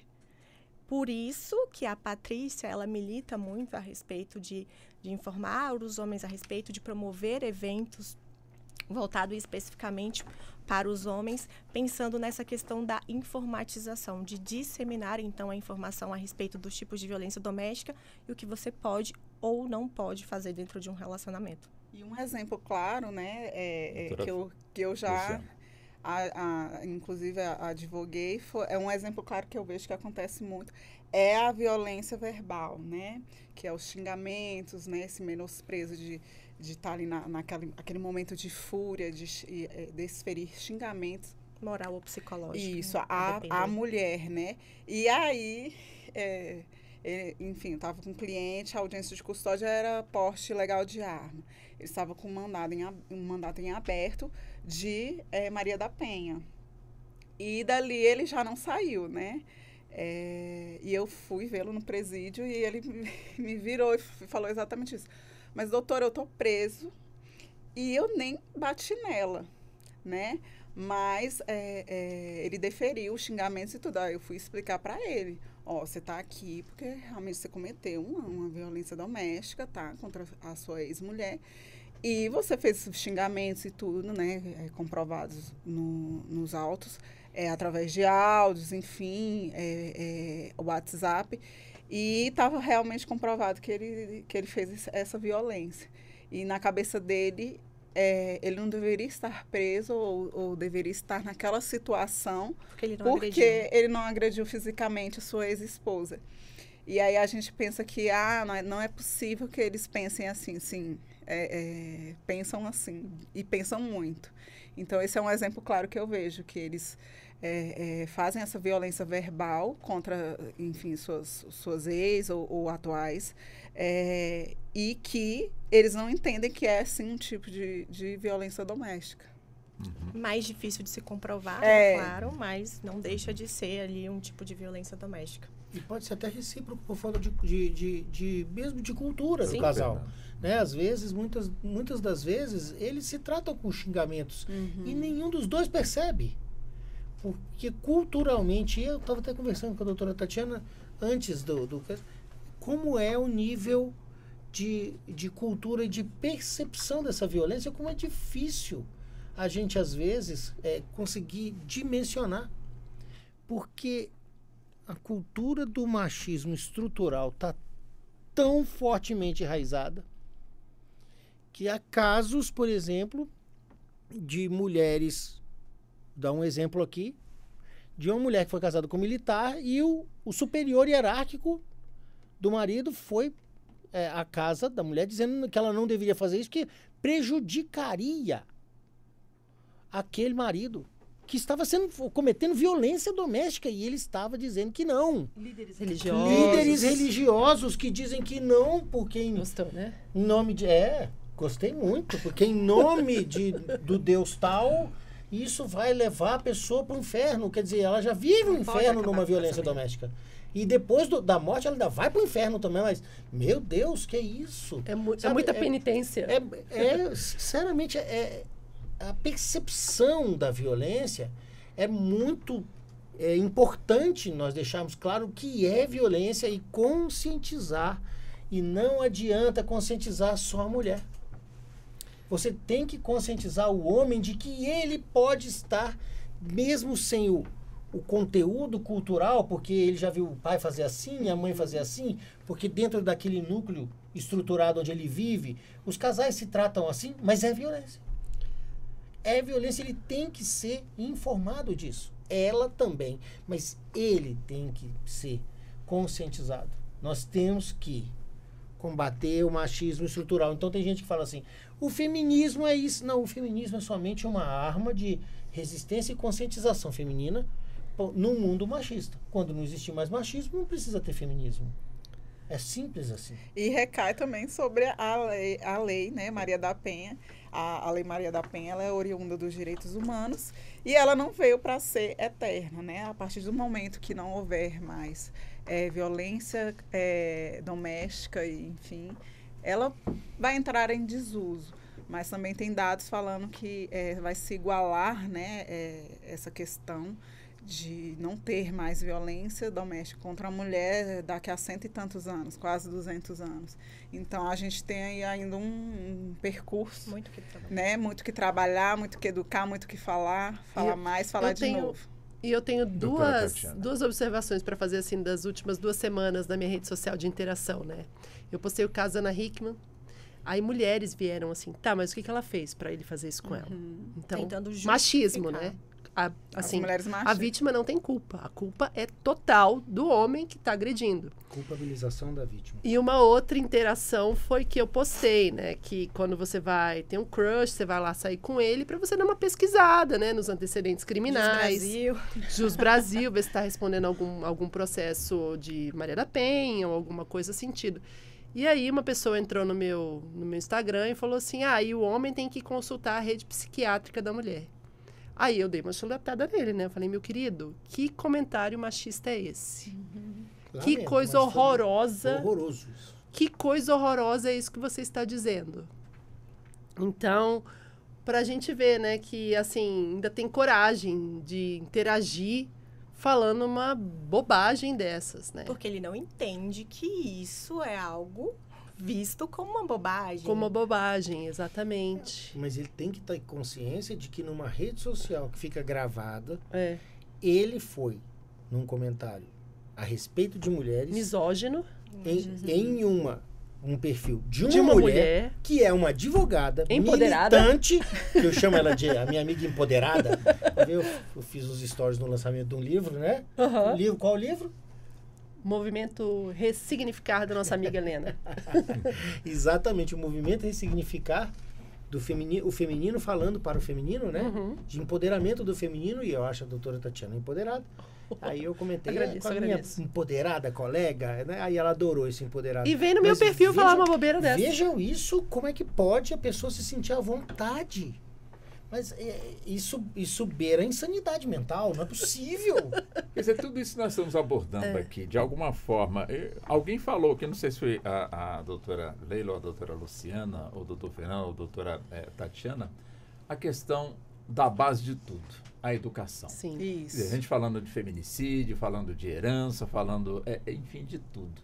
Quer dizer, a base, para, de alguma forma, colocar no trilho certo, seria a educação. Gostaria de ouvir os 4 convidados aqui para que nós possamos, de alguma forma, levar também essa informação para os nossos ouvintes. Começa com o senhor, doutor Fernando. Então vamos falar em aspectos filosóficos? Podemos conversar em... Não, o povo entenda. O povo entender. Em aspectos vou falar em aspectos filosóficos, tá? Pois não. Para todo mundo entender. Perfeito. Se você fizesse com você aquilo que você está fazendo com o outro, seria bom para você? Como é que você se sentiria? Ponto. Um aspecto filosófico. Simples assim. Se você fala um palavrão para sua esposa, se ela falasse para você, como você se sentiria? É bíblico, né? Ama o próximo como ama a si mesmo. Mas eu não posso falar da Bíblia, porque muita gente não segue a Bíblia. E o Estado é laico, né? Sim. Então vamos falar sobre filosofia.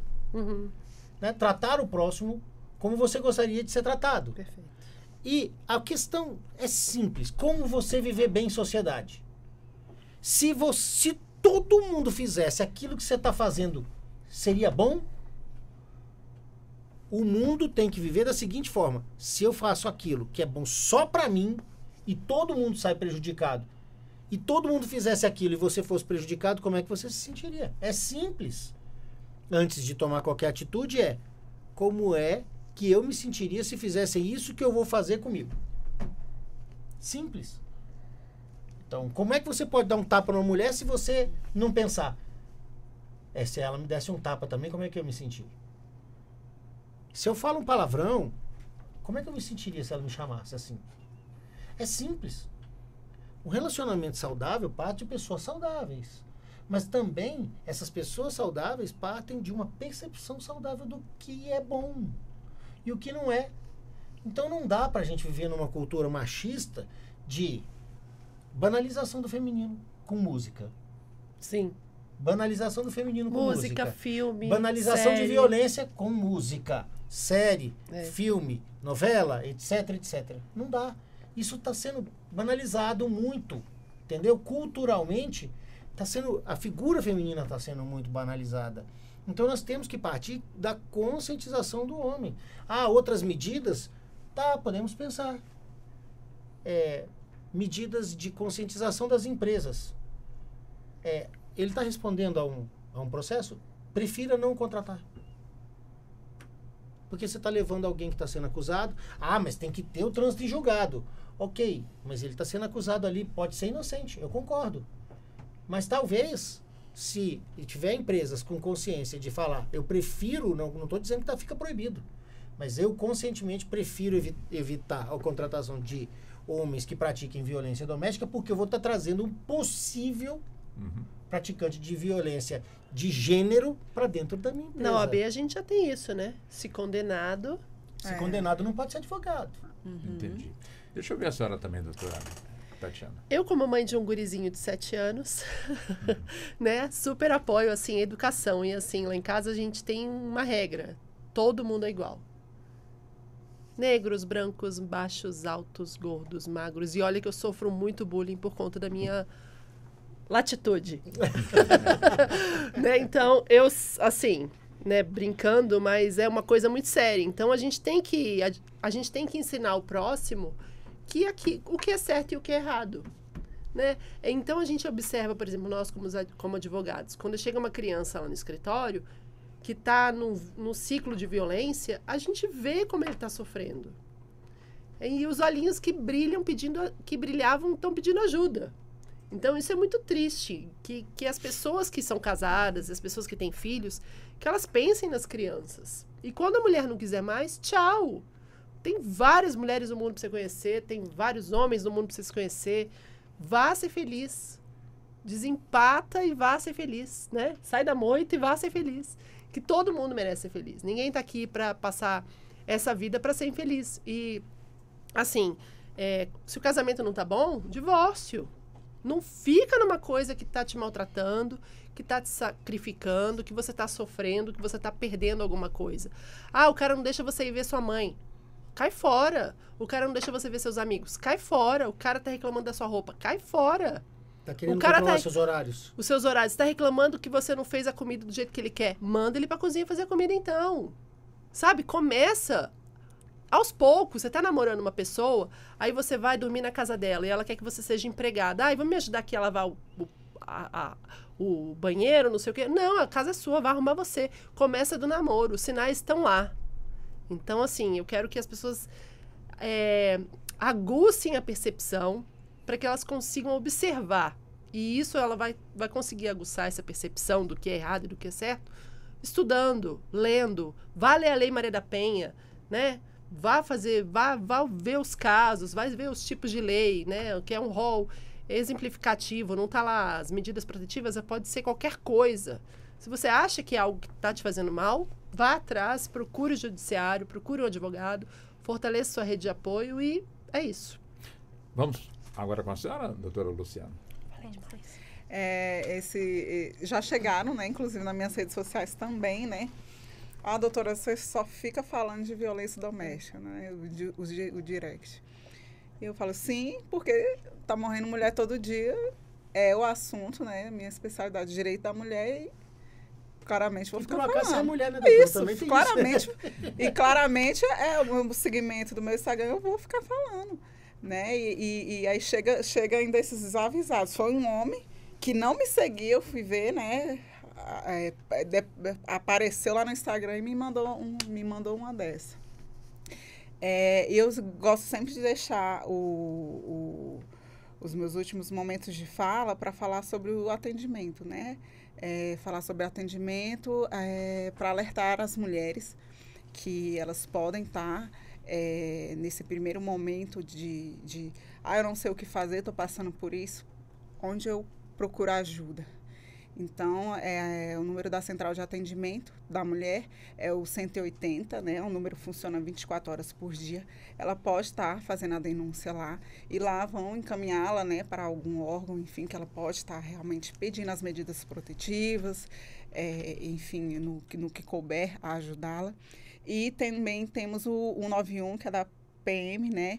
Né, amiga? Se ela estiver na iminência de sofrer uma violência, Sim. e ela pode ligar e pedir uma pizza. Sim.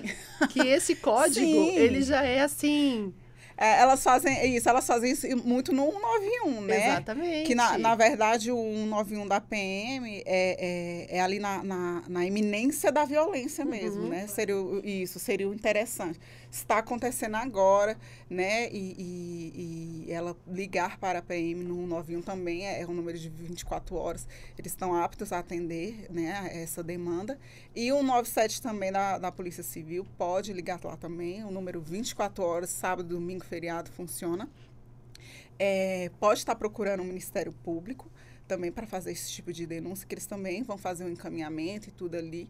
A Defensoria Pública também pode estar procurando, né? E tem o e-mail da ouvidoria, né? Que do DF, enfim, que elas também podem estar procurando, né? E fica nessa de denunciar, né?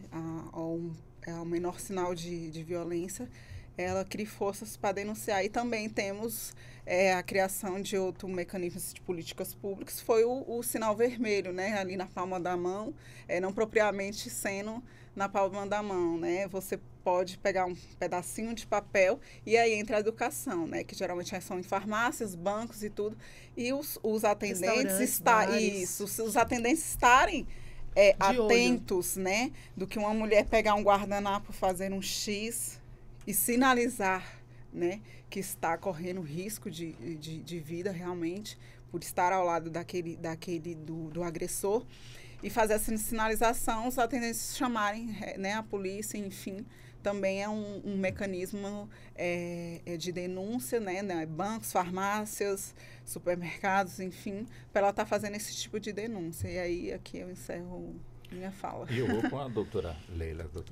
Quer dizer, a base da educação, quer dizer, a educação é a base de tudo isso que nós estamos aqui conversando? Eu acredito, principalmente nos tempos em que nós vivemos, que a informação ela é muito célere, ela pode ser disseminada de forma rápida, principalmente nas escolas, seja por meio de campanhas de educação, de conscientização, não só nas cidades, mas também no meio rural, que acontece muito. Eu já tive cliente em que o filho dela que estudava, que fez a denúncia, porque ele identificou por meio de uma palestra que a mãe e ele estaria sofrendo violência doméstica. O que acontece?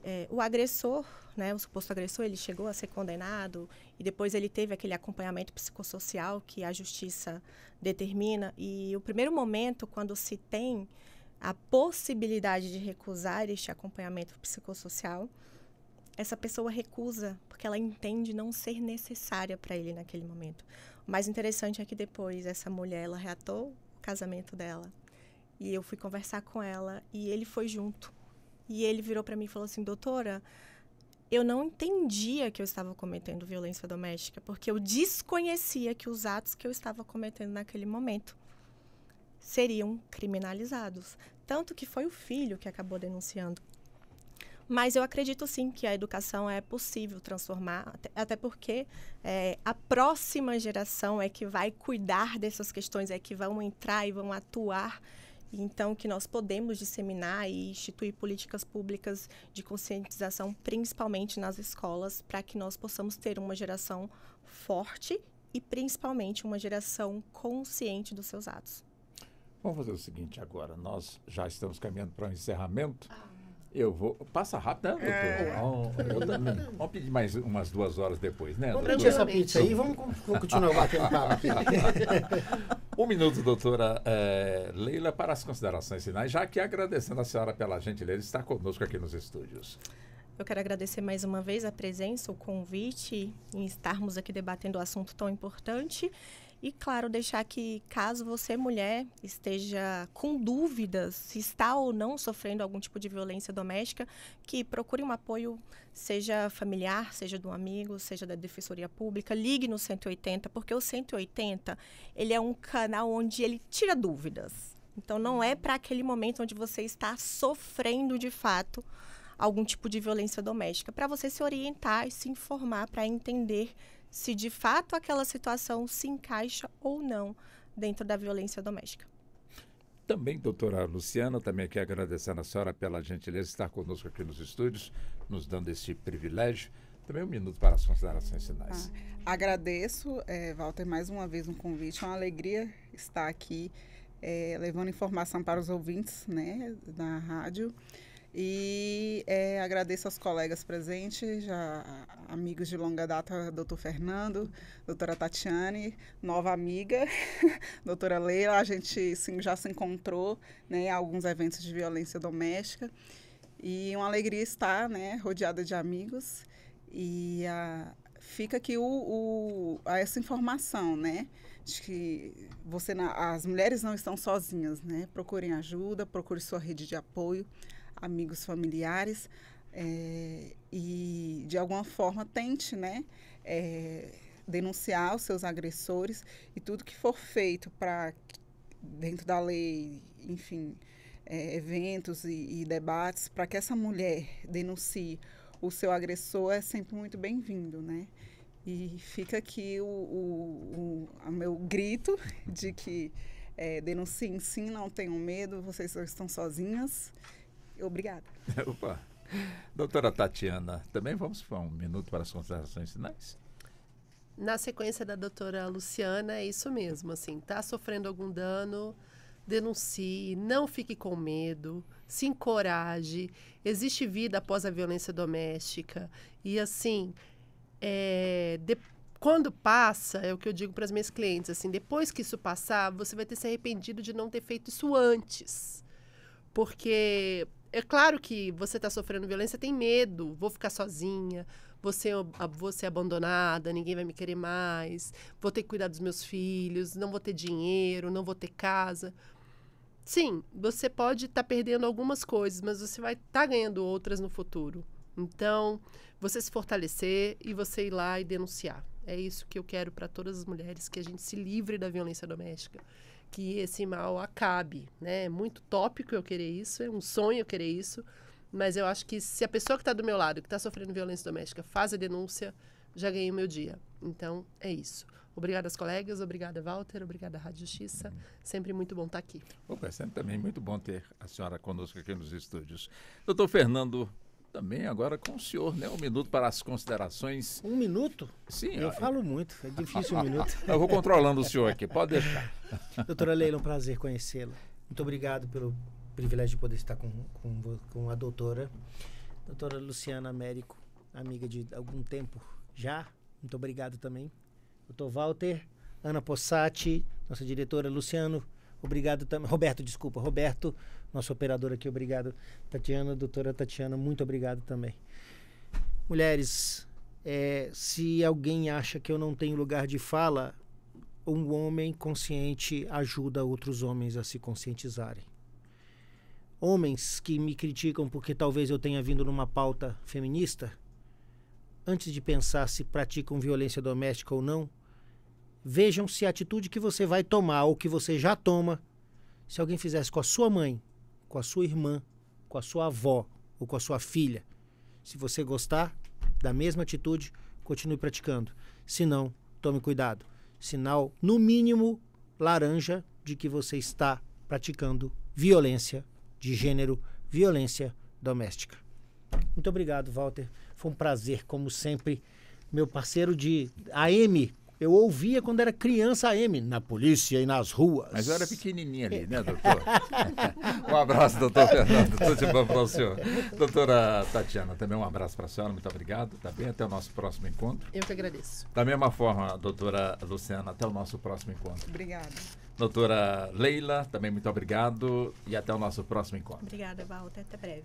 Assim chegamos ao fim da edição de hoje do nosso Justiça na Tarde Debate, programa que teve a minha apresentação. Sou Walter Lima, Na produção de Ana Cláudia Possati, trabalhos técnicos do Netos, aliás, agora hoje com o Roberto da Glória. E a coordenação de jornalismo é da Marcela Luiza. Muito obrigado, boa tarde e até o nosso próximo encontro. Até lá. A Rádio Justiça apresentou Justiça na Tarde. Secretaria de Comunicação Social, Supremo Tribunal Federal.